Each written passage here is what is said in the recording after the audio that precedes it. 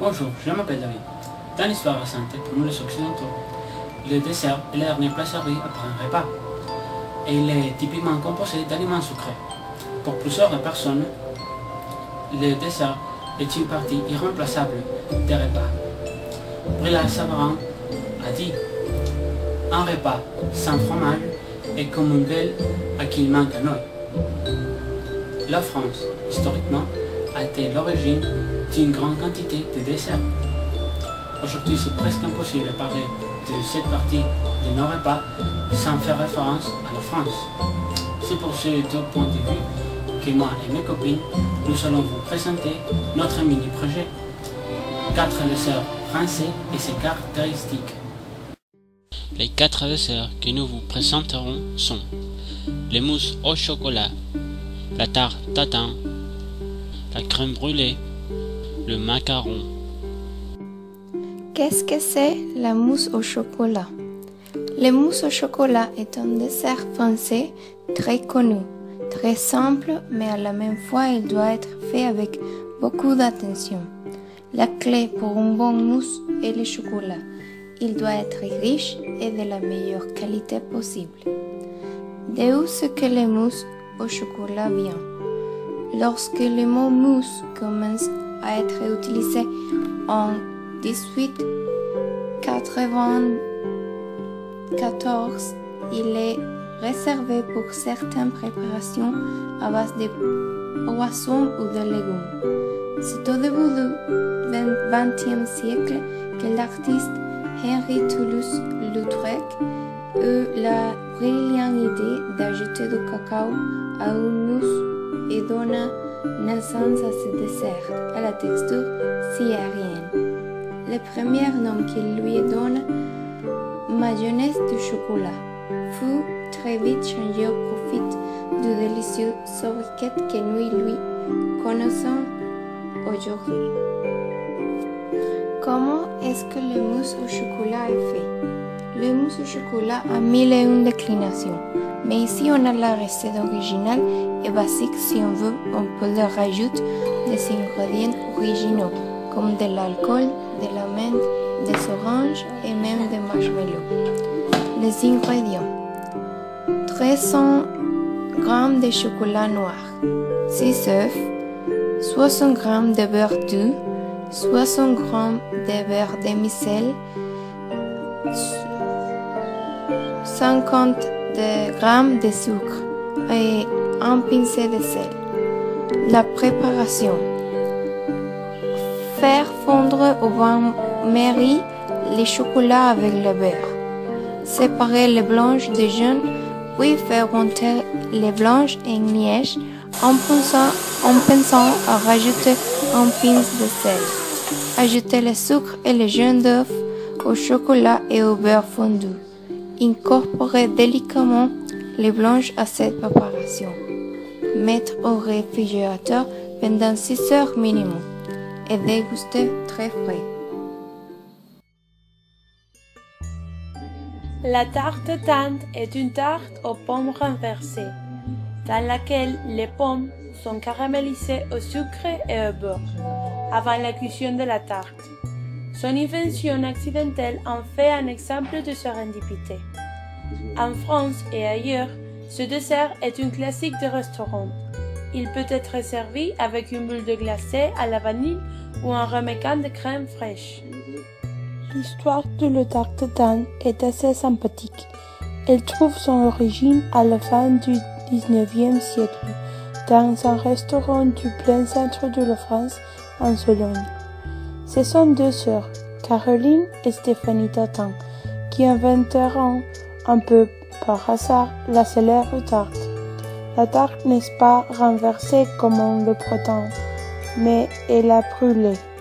Aussi, une des sœurs a décidé de garder les pommes maintenant caramélisées, de mettre la pâte sur le dessus pour que les pommes ne brûlent pas plus et de les remettre au four. Ce fut un grand succès. Préparation de la tarte tatin. Préparation de la pâte. La tarte tatin peut se réaliser avec une pâte pressée et une pâte sablée. Voici la marche à suivre pour préparer une pâté sablée maison. Mélangez la farine avec le sucre et le sel. Coupez le beurre en petits morceaux et imitez-le du bout des doigts pour obtenir un sablé grossier. Ajoutez l'œuf entier, pétrissez rapidement et formez une bulle de pâte. Recevez la pâte au frais. Préparation des pommes. La tarte tatin est une tarte renversée dont la pâte se pose sur les pommes préalablement caramélisées. Pelez les pommes, ôtez le pépin et coupez-les en quartiers. Prenez un moule à manquer allant sur le feu et posez-le directement sur le feu. Faites un caramel au fond du moule en faisant chauffer à feu vif le sucre et le beurre. Attention, surveillez la coloration car le caramel doit être blanc mais pas trop foncé. Hors de feu. Posez le quartier de pommes sur le caramel. Couvrez les moules de papier aluminium et replacez-les sur le feu pendant 5 à 10 minutes pour que les pommes commencent à cuire et s'imprègnent de caramel. Étalez la pâte sablée. Lorsque les pommes ont refroidi, posez la pâte par-dessus, rentrez la bord à l'intérieur du moule et piquez légèrement la pâte avec une fourchette.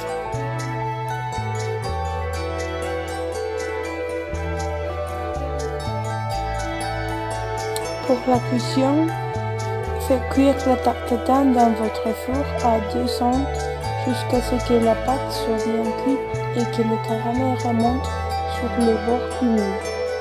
Après, démoulez la tarte à chaud en prenant garde à ne pas vous brûler.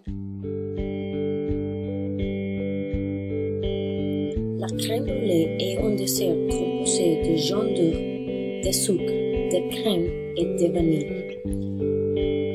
Français, espagnol et anglais disputent l'origine de la crème brûlée, mais la première référence historique écrite est française. La crème brûlée est un classique en dessert de restauration et on peut la préparer de différentes façons, soit avec des fruits, de l'alcool, des céréales, du chocolat, de la vanille, des pistaches, des noisettes. Son histoire provient du temps des rois et des châteaux du XVIIe siècle. Les ingrédients pour 6 personnes: 10 jaunes d'œufs, 150 g de sucre sémoule, 1 litre de crème liquide, 1 gousse de vanille, 40 g de sucre cassonade. Pour la préparation de l'appareil, on a vidé les bâtons de vanille de 16 g, réservé les grains, mettre les bâtons de vanille vides dans une casserole avec la crème et chauffer. Pour la caramélisation, une fois refroidi, le dessous est caramélisé par une flamme ou un grill. Il est servi tiède ou froid, avec une croûte sur le dessous bien croustillante et si possible chaude, dans des plats individuels appelés ramequins. Principalement, le macaron consiste en un petit gâteau granuleux et moelleux à la forme arrondie d'environ 3 à 5 cm de diamètre. Aussi, c'est très important que c'est la spécialité de plusieurs villes et régions françaises, et donc la recette et l'aspect varient. Amiens, Montmorillon, Le Dorat, Saules, Cormery, Joyeuse, Chartres, Nancy, Bullet, Saint-Émilion ou Sainte-Croix. Il est fabriqué à partir de poudre d'amande, de sucre glace et de blanc d'œuf. La pâte ainsi préparée est déposée sur une plaque de four et cuite. Les macarons seraient apparus en Europe dans le Moyen Âge. Ils seraient nés au 8e siècle dans les monastères vénitiens.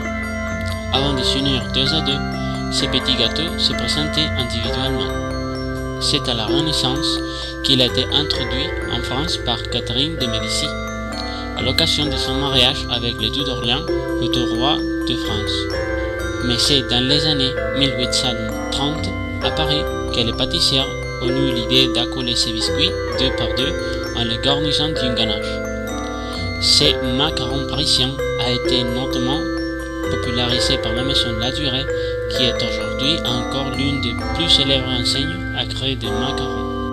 Une des recettes plus traditionnelles, c'est les macarons à l'abricot. En plus d'être délicieuse, cette recette est très facile et simple.